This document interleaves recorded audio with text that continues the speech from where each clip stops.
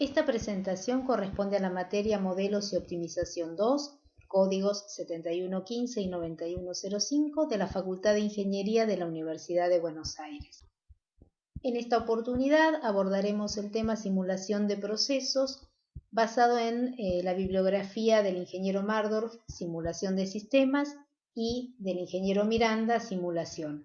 Este material está pensado como un material de apoyo que guíe para poder abordar esta lectura de la bibliografía indicada.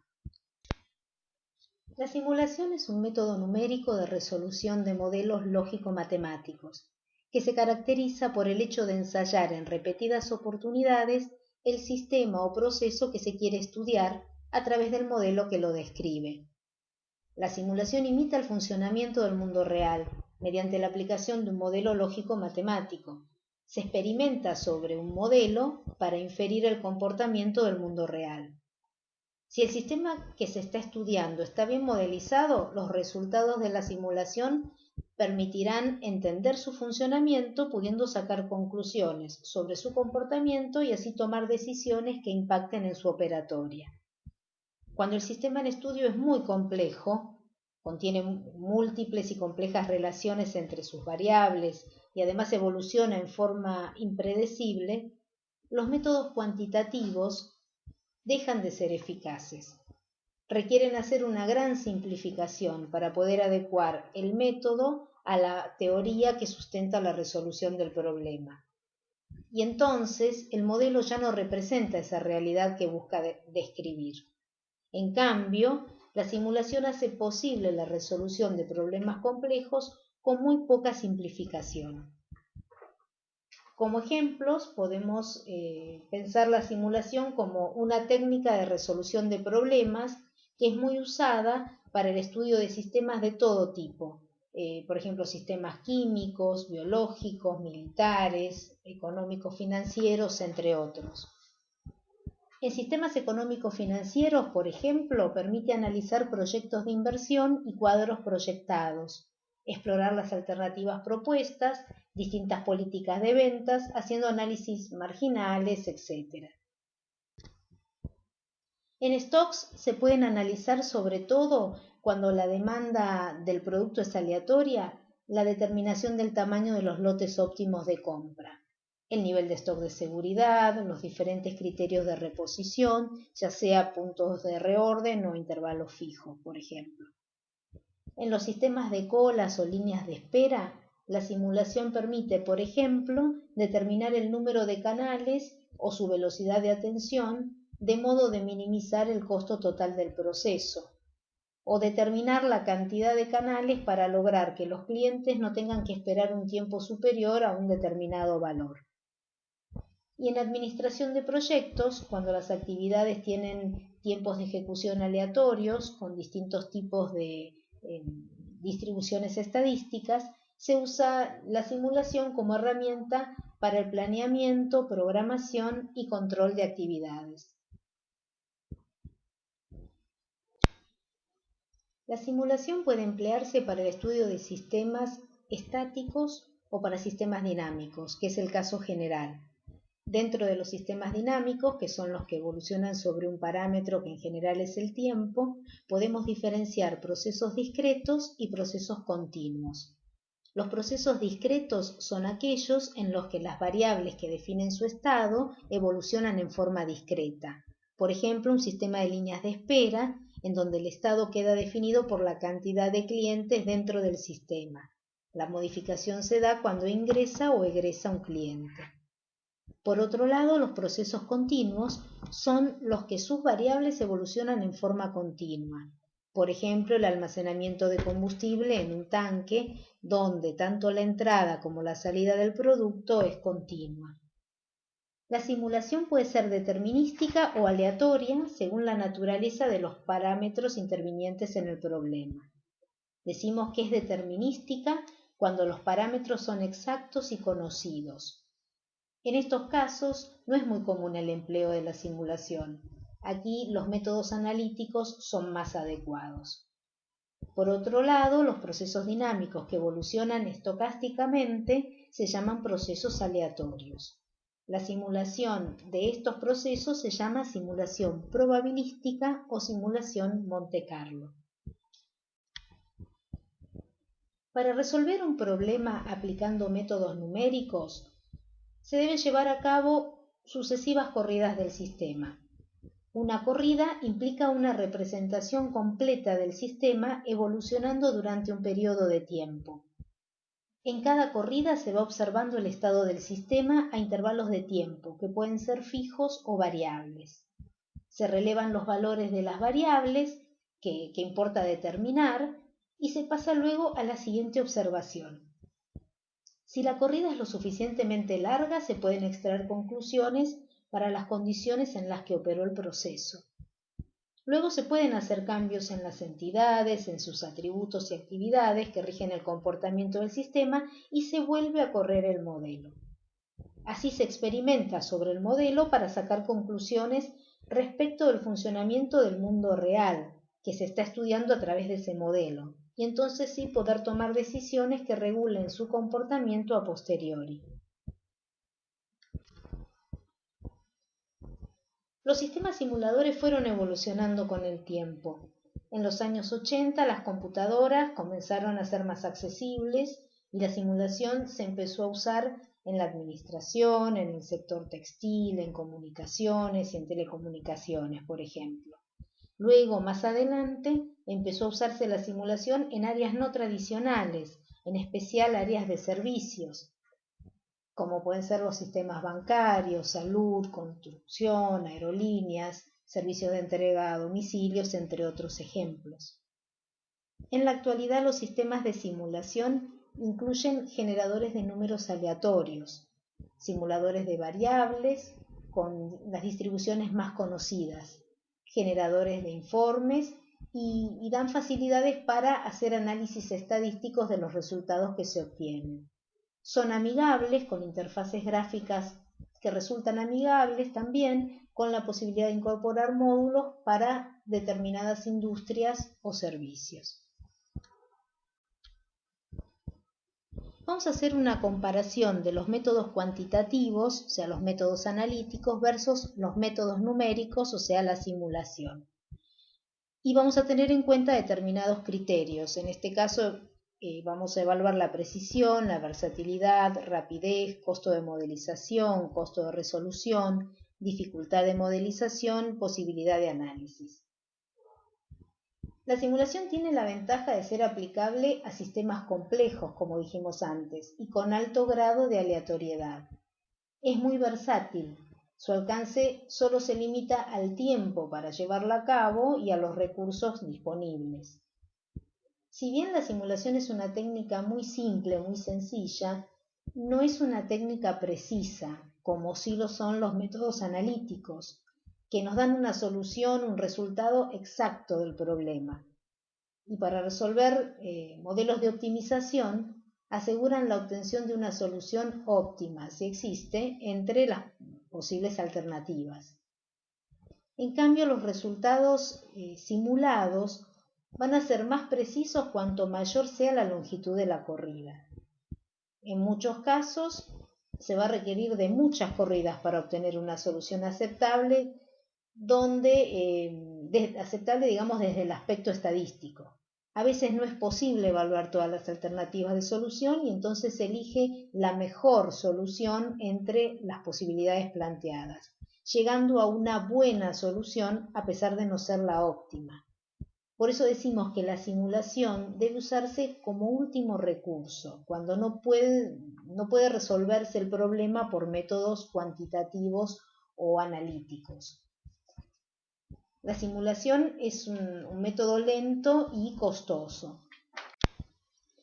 Seguimos comparando los dos métodos y en este caso vemos la potencia de optimización, que está muy vinculada a la precisión que veíamos en la pantalla anterior. Como decíamos antes, los métodos cuantitativos permiten realizar la optimización con más potencia. En cambio, la simulación brinda soluciones que son factibles, necesitando de técnicas empíricas adicionales y muchas corridas, que esto incrementa costos y tiempo. El estudio de los estados transitorios puede hacerse con la simulación. En cambio, con los métodos analíticos es casi imposible.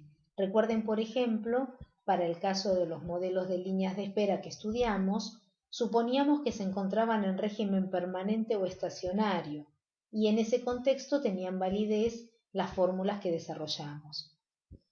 La simulación no requiere la aplicación de principios matemáticos, en cambio, las necesidades matemáticas son importantes para los modelos analíticos. Los métodos cuantitativos requieren una considerable simplificación del problema para poder adaptarlo a la teoría que sustenta su resolución. Pero cuando el problema es muy complejo, se necesitan tantas simplificaciones que finalmente ese modelo que estamos armando no representa la realidad que pretende describir. Entonces, en estos casos, conviene usar los métodos numéricos que, si bien requieren simplificaciones, son mínimas o escasas. La posibilidad de hacer modificaciones al modelo para estudiar distintos escenarios es difícil para los métodos cuantitativos, en los que esto puede implicar tener que hacer de nuevo todo el desarrollo. El tiempo de ejecución es bajo para los métodos analíticos, en cambio es alto para la simulación. Recordemos que se necesitan muchas corridas para obtener una buena solución. En cuanto a la reproducibilidad, es buena en los dos métodos. Y la comprensión y visualización del funcionamiento del sistema es más difícil para los usuarios en los métodos cuantitativos, pero es más fácil con los métodos numéricos, ya que ofrece alternativas de visualización con interfaces amigables. Finalmente veremos los pasos, la metodología a seguir para implementar modelos de simulación. La primera etapa consiste en la definición del problema. Aquí lo que hacemos es definir el problema que vamos a estudiar. Determinamos su alcance, definimos el objetivo o los resultados que se persiguen. Y también identificamos las variables y los parámetros del sistema. En el segundo paso, la segunda etapa es la recolección y análisis de datos. La recolección de los datos puede hacerse mediante relevamiento en campo, pueden usarse datos históricos si están disponibles, y si no existen otras alternativas, se busca la opinión de los expertos. Cuando el sistema tiene un comportamiento aleatorio, se hace un análisis de la distribución estadística de las variables. Algunas distribuciones empíricas basadas en los datos relevados pueden asemejarse a distribuciones teóricas, normal, Poisson, exponencial, etc. La tercera etapa es la formulación del modelo lógico-matemático. Aquí lo que se hace es formular las hipótesis simplificativas. Se establecen cuáles son las variables de entrada y cuáles serán las de salida. Y se formulan matemáticamente las condiciones de vínculo entre ellas. Si hay un objetivo a optimizar, se lo debe formular matemáticamente y también deberá tenerse en claro cuáles son las variables de decisión. Los parámetros son las variables de entrada al modelo. Y aquí podemos distinguir entre variables de entrada controlables y variables de entrada incontrolables. Las controlables, por quien toma la decisión, son las que pueden ser modificadas en cada corrida para así experimentar distintas alternativas de operación del sistema real. Por ejemplo, una variable controlable puede ser la cantidad de canales en paralelo a disponer en un sistema de colas. Y las variables de entrada incontrolables son, por ejemplo, la demanda de un producto en un sistema de stock. Las variables del modelo, las variables de salida, son las incógnitas cuyos valores son los que queremos determinar a partir de la resolución del modelo. La cuarta etapa consiste en el diseño del proceso de simulación. Y aquí definimos el método de avance del parámetro dinámico de evolución t, el tiempo en general, que se va a utilizar para la observación de las variables que definen el estado del sistema. Este modelo se va a poder incrementar a periodos fijos o a periodos variables o evento a evento. Vamos a detenernos un instante en estos dos métodos, ¿sí? El método de intervalos fijos En este método se incrementa el parámetro t, que en general es el tiempo, se incrementa a iguales periodos delta t, que están previamente definidos. Luego de cada avance se observa el estado del sistema y se toma nota del valor de las variables. En el gráfico que vemos aquí de ejemplo, vemos la variable x, que representa el estado de un sistema, que se modifica discretamente a medida que evoluciona el parámetro t a iguales intervalos delta t de tiempo. Comenzamos la observación en el instante t igual a 0. Aquí la variable x tiene el valor 5. Avanzamos al instante t igual a 1 y vemos que la variable x sigue teniendo el valor 5. Luego en la próxima observación, para t igual a 2, vemos que la variable ahora tiene el valor 7. No sabemos exactamente cuándo se modificó el estado de x dentro de ese intervalo. Entonces, este método implica suponer que los eventos que ocurren en los intervalos se verifican al final de cada uno de ellos. Miremos, por ejemplo, en el instante t igual a 4. X vale 8. Estaba en un valor 6, pasó a un valor 8, pasando por 3. Sin embargo, esos cambios de estado se pierden.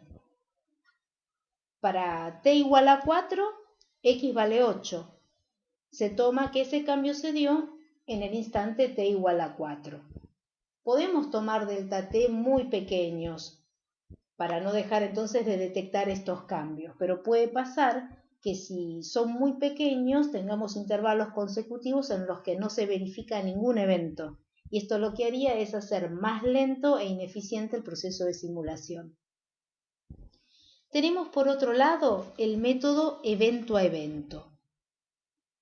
En este método, también llamado periodos variables, avanza el parámetro t luego de cada observación hasta la ocurrencia del próximo evento. Miremos entonces el gráfico.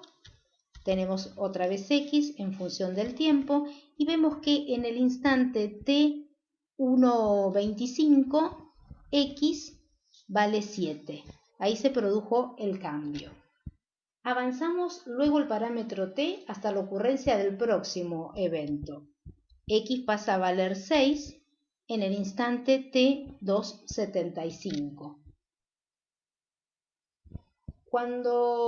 Con este método no perdemos información respecto a los eventos que se producen.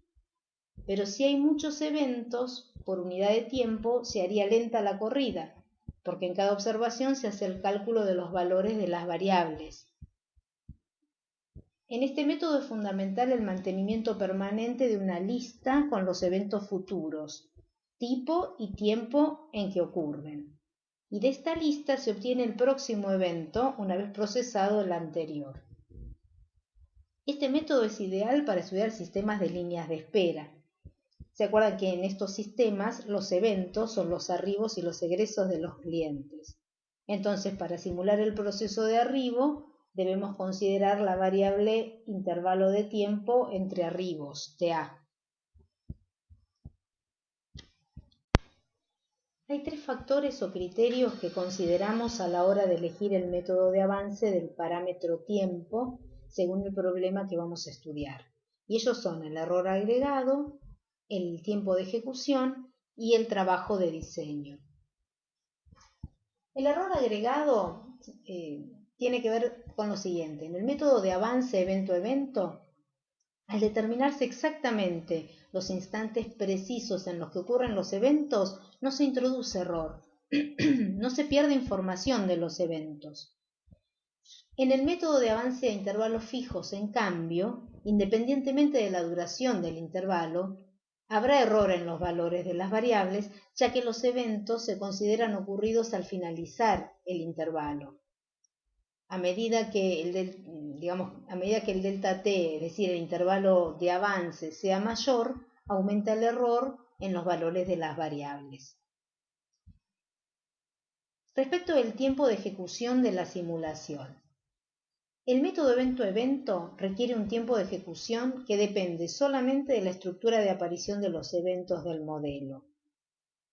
En el método de intervalos fijos, el tiempo de ejecución de la simulación es inversamente proporcional al valor tomado para el intervalo, para el delta t. Esto es porque a medida que el delta t es mayor, suceden más eventos dentro de él que se procesan en conjunto. A priori no se puede concluir qué método es más rápido para simular cualquier modelo. Respecto del trabajo de diseño, el método de avance a intervalos fijos requiere menos trabajo de diseño del proceso de simulación que lo que requiere el método de evento a evento. Recuerden que en el método de evento a evento necesitamos mantener una lista de eventos futuros, etc. Finalmente podemos decir que la elección del método más adecuado para simular un modelo va a surgir del análisis conjunto que hagamos de estos tres factores.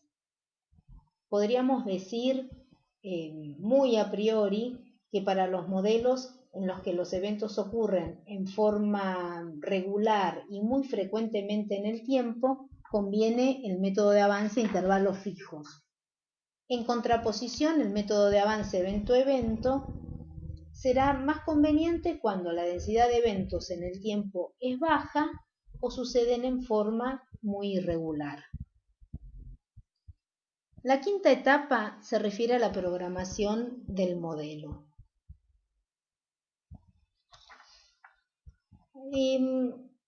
La simulación puede resolverse en forma manual o por computadora. En forma manual solo se utiliza para problemas que son de pequeña magnitud o con fines didácticos, como vamos a hacer en la práctica cuando veamos ejemplos de aplicación. En estos casos, cuando se resuelven manualmente, tenemos que realizar un diseño de una tabla de simulación, donde en la primera columna colocamos el parámetro t y el resto de las columnas de esa tabla van a contener los valores de las distintas variables del proceso que estamos estudiando.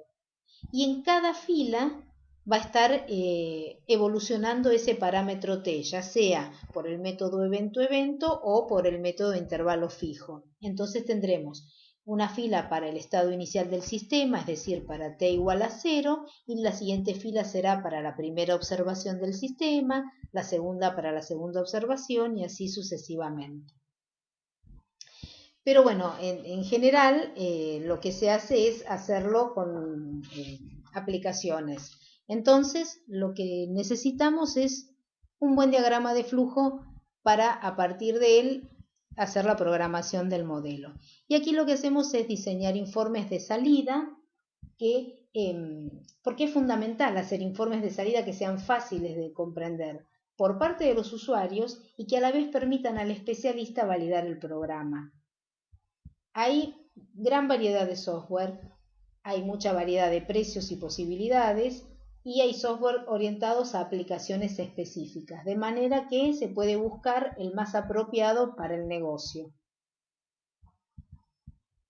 Luego tenemos la siguiente etapa, la etapa 6, que consiste en la resolución.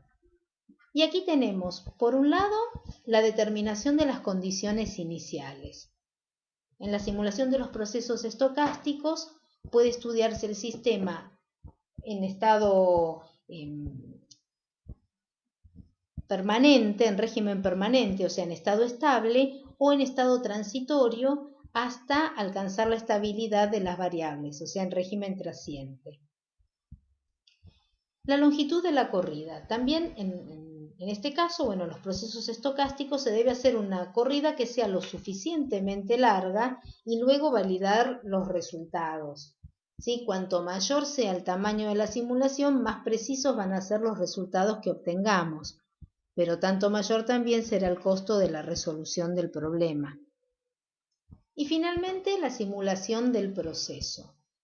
Una vez que tenemos definidas las condiciones iniciales y la longitud de la corrida, vamos a comenzar a simular el proceso. Y comenzamos partiendo del instante t igual a 0. Y ahí se simulan los valores de las variables aleatorias. Para generar valores aleatorios de las variables se utiliza el proceso Monte Carlo, que tiene dos pasos. Primero, solicitar un número aleatorio que llamamos R a un generador de números aleatorios. Y luego transformar el número aleatorio R en un valor aleatorio de la variable X que se quiere simular. Estos valores son la entrada al modelo. Entonces, se avanza el parámetro t según el método que elegimos, evento a evento o a intervalos fijos. Se realiza el relevamiento de todas las variables que definen el estado del sistema en ese instante, en ese momento. Luego se calculan los valores de las variables de salida. Y estos tres pasos se repiten hasta que el tiempo t iguale o supere al tiempo que se estableció como límite de la simulación, instante en el cual se van a imprimir los resultados que se obtienen. Si se trata de un modelo de decisión, se calcula también el valor del funcional para esa corrida. Luego se modifica el valor de la variable de decisión y se vuelve a hacer una nueva corrida, y así se repite varias veces.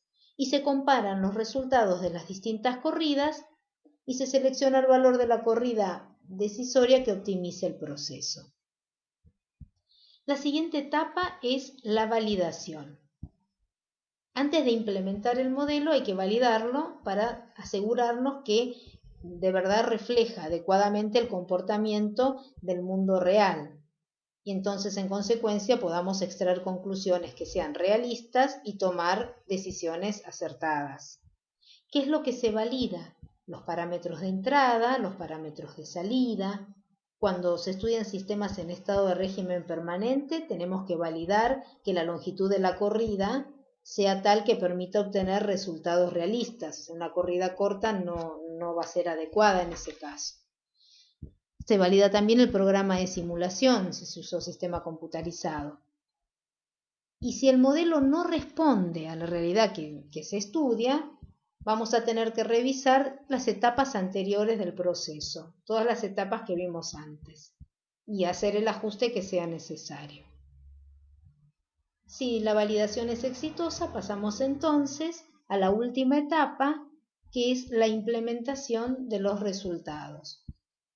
Entonces, a partir de una correcta y adecuada interpretación de los datos, vamos entonces a poder sacar conclusiones y tomar decisiones respecto a la operatoria del sistema real, pudiendo entonces implementar los cambios que correspondan para que opere eficientemente. Bueno, finalizamos así la presentación. Muchas gracias por haber llegado hasta aquí.